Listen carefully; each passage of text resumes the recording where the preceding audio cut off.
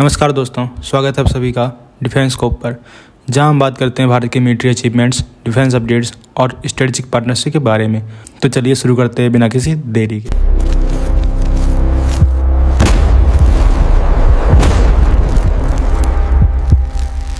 पहली खबर की बात करें तो HAL के नासिक फैसिलिटी ने देश के डिफेंस एरोस्पेस सेक्टर में एक नया इतिहास लिख दिया है। आज पहला तेजस MQ-1A फाइटर जेट जो इसी फैसिलिटी में मैन्युफैक्चर किया गया है, सक्सेसफुली अपनी मेडन फ्लाइट पर उड़ा। इस हिस्टोरिक मोमेंट के बाद HAL के CMD डॉक्टर DK सुनील ने बताया कि कई देशों ने तेजस MQ-1A को खरीदने में इंटरेस्ट दिखाया है, जो इंडिया के इंडिजिनस डिफेंस प्रोग्राम के लिए एक बहुत बड़ा कॉन्फिडेंस बूस्टर है। उन्होंने कहा कि हालांकि ये डिस्कशन अभी इनिशियल स्टेज में है और एक्सपर्ट्स कहते हैं कि तेजस MQ-1A एक हाईली कैपेबल और रिलायबल एयरक्राफ्ट है। HAL उन इंटरेस्टेड नेशंस को सिर्फ एयरक्राफ्ट नहीं दिखा रहा, बल्कि अपने मैन्युफैक्चरिंग कैपेबिलिटीज़ और कस्टमाइजेशन ऑप्शन भी शोकेस कर रहा है। इस मेडन फ्लाइट के साथ ही डिफेंस मिनिस्टर राजनाथ सिंह ने नासिक प्लांट पर HAL की तीसरी तेजस प्रोडक्शन लाइन और HTT-40 की दूसरी लाइन का भी इनॉग्रेशन किया।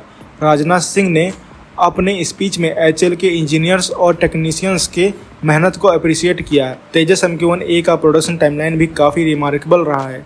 डॉक्टर DK सुनील ने बताया कि पहला एयरक्राफ्ट सिर्फ 2 साल के अंदर बनकर तैयार हो गया। 2 और एयरक्राफ्ट पाइपलाइन में हैं, जिन पर काम तेज़ी से चल रहा है। HAL ने नासिक प्लांट में ये 3rd प्रोडक्शन लाइन सेटअप की है, जबकि बेंगलोर में पहले से 2 लाइन्स ऑपरेशनल हैं। ये वही फैसिलिटी है जहाँ MiG-21, MiG-27 और SU-30 जैसे एयरक्राफ्ट बनाए गए थे। डॉक्टर DK सुनील ने बताया कि 180 तेजस MQ-1A एयरक्राफ्ट बनाने का टारगेट 2032-33 तक पूरा करने का प्लान है। इसके बाद तेजस MK-2 का प्रोडक्शन शुरू होगा, जिसमें यही फैसिलिटी यूज की जाएगी। उनका कहना था कि जो कैपेसिटी हमने आज बिल्ड की है, वही फ्यूचर में तेजस MK-2 के लिए काम आएगी। ये एक 4.5 generation multi role fighter aircraft है, जो एयर डिफेंस, ग्राउंड अटैक और मैरीटाइम स्ट्राइक मिशन सब कुछ कर सकता है।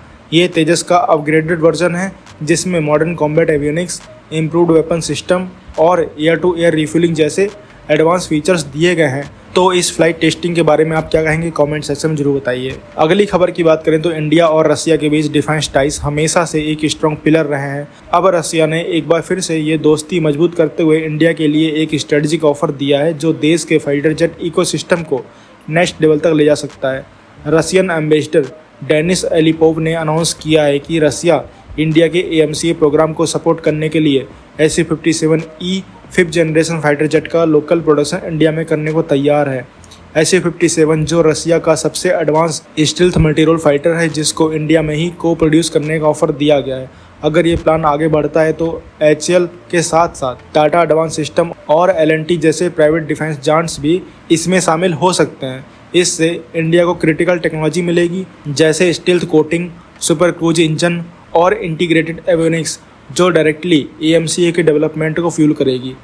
इंडिया रसिया डिफेंस पार्टनरशिप ने पिछले 60 सालों में MiG-21 से लेकर ब्रह्मोस मिसाइल तक कई आइकॉनिक प्लेटफॉर्म बनाए हैं।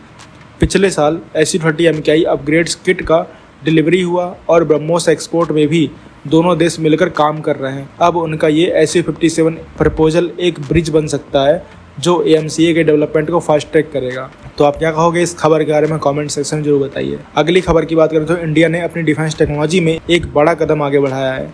DRDO का LRASHM यानी लॉन्ग रेंज एंटीशिप मिसाइल अब टेस्टिंग में अच्छा परफॉर्म करके सीरियल प्रोडक्शन की तरफ आगे बढ़ रहा है। सीधी बात यह है कि ये मिसाइल हाइपरसोनिक स्पीड तक जा सकती है, रिपोर्ट के मुताबिक मैक 10 तक, मतलब बहुत तेज, जिसकी वजह से एनिमी के पास रिएक्ट करने तक का टाइम नहीं मिलता और इसकी रेंज 1500 किलोमीटर से ज़्यादा बताई जा रही है। इस प्रोग्राम का सफ़र काफ़ी पुराना है। डॉक्टर अब्दुल कलाम के विजन के साथ 2007 से शुरू हुआ। स्क्रैमजेट और हाइपरसोनिक टेक्नोलॉजी पर रिसर्च 2008 से चल रही थी और 2020 में HSTDV ने काफ़ी इंपॉर्टेंट टेस्ट पास किया। डिज़ाइन 2022 तक फाइनलाइज हुआ और 2023 में पहला फ्लाइट टेस्ट हुआ। सबसे नोटेबल टेस्ट 16 नवंबर 2024 को हुआ, जिसमें मिसाइल ने टर्मिनल मनोवर अच्छी तरह दिखाए और स्पीड एक्सपेक्टेशन से ऊपर जाकर मैक 10 तक पहुंची। इसने एक्यूरेसी और एजिलिटी दोनों प्रूव किए। ये मिसाइल इंडियन नेवी के लिए बना है, जिससे एयरक्राफ्ट कैरियर और बड़े वॉरशिप को दूर से न्यूट्रलाइज करने की कैपेबिलिटी मिलेगी। लो अल्टीट्यूड ग्लाइड ट्राइजेक्टरी और हाई स्पीड की वजह से रडार के लिए डिटेक्ट करना मुश्किल होता है। इसका मतलब कम रिस्पॉन्स टाइम। पेलोड कन्वेंशनल भी हो सकता है और न्यूक्लियर ऑप्शन भी डिज़ाइन में कंसीडर किया गया है और टर्मिनल गाइडेंस के लिए RF सीकर जैसा एडवांस सिस्टम यूज किया जा सकता है। DRDO ने बताया है कि अब फुल स्केल प्रोडक्शन की तैयारी हो रही है और launcher truck based transporter erector launcher से ऑपरेट होंगे। आगे चलकर शिप लॉन्च वेरिएंट भी पॉसिबल है। स्ट्रेटजिक तौर पर LRASHM इंडिया के मैरीटाइम डिटरेंस को काफ़ी मजबूत करेगा। ब्रह्मोस जैसे एग्जिस्टिंग सिस्टम के साथ मिलकर ये एक लेयर्ड, तेज और अनप्रेडिक्टेबल स्ट्राइक कैपेबिलिटी क्रिएट करेगा। तो आप क्या कहोगे इस खबर के बारे में कमेंट सेक्शन में जरूर बताइए। अगली खबर की बात करें तो इंडिया अपने BMD यानी बैलिस्टिक मिसाइल डिफेंस नेटवर्क को और ज़्यादा रेजिलिएंट बनाने के लिए एक नया आइडिया एक्सप्लोर कर रहा है।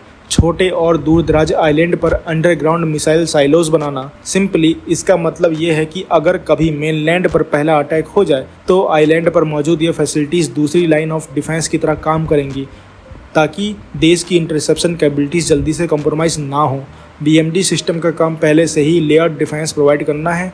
एक लेयर पृथ्वी एयर डिफेंस जैसे सिस्टम से एक्सो एटमॉस्फेरिक इंटरसेप्शन करना है और दूसरा एडवांस एयर डिफेंस जैसे सिस्टम से एंडो एटमॉस्फेरिक इंटरसेप्शन होता है। फेज़ 1 से लेकर फेज़ 2 तक प्रोग्रेस हुई है। फेज़ 2 ने 2024 तक लॉन्गर रेंज थ्रेट को टारगेट करने वाली कैपेबिलिटी दिखाई, लेकिन अगर मेन लैंड लोकेटेड इंस्टॉलेशन को पहले स्ट्राइक से निशाना बना लिया गया तो प्रॉब्लम आ सकती है। इसलिए आइलैंड बेस्ड साइलोज का आइडिया आया है। अंडमान निकोबार आइलैंड और लक्षद्वीप को प्राइम कैंडिडेट माना जा रहा है क्योंकि इनकी स्ट्रेटेजिक लोकेशन से बे ऑफ बंगाल, अरेबियन सी और मलक्का स्ट्रेट जैसे क्रिटिकल मैरीटाइम रूट्स को कवर करना पॉसिबल है। आइलैंड की नेचुरल आइसोलेशन ग्राउंड अटैक के खिलाफ एक एक्स्ट्रा बफर देगी। जो साइलोज बनेंगे उन्हें स्वॉर्डफिश जैसे long range radar, mission control centre और सिक्योर कम्युनिकेशन से इंटीग्रेट किया जाएगा ताकि रियल टाइम ट्रैकिंग और इंटरसेप्शन पॉसिबल रहे। ये प्लान अभी इनिशियल स्टेज में है और काफ़ी चीज़ें क्लासिफाइड होंगी, लेकिन इसका लॉजिक क्लियर है। सर्वाइबिलिटी बढ़ाना, रिडंडेंसी क्रिएट करना और सेकंड डिस्ट्राइक कैपेबिलिटी इंश्योर करना। तो आप क्या कहोगे इस खबर के बारे में कमेंट सेक्शन में जरूर बताइए। तो दोस्तों ये थी आज की डिटेल्ड अपडेट्स हमारे भारत के डिफेंस और इंटरनेशनल स्ट्रेटजीज के बारे में। अगर आपको ये वीडियो इन्फॉर्मेटिव लगा हो तो लाइक करें, शेयर करें और चैनल को सब्सक्राइब करना ना भूलें। आपका सपोर्ट हमें और बेहतर कंटेंट बनाने के लिए मोटिवेट करता है। मिलते हैं नेक्स्ट वीडियो में। थैंक्स फॉर वॉचिंग एंड जय हिंद, जय भारत।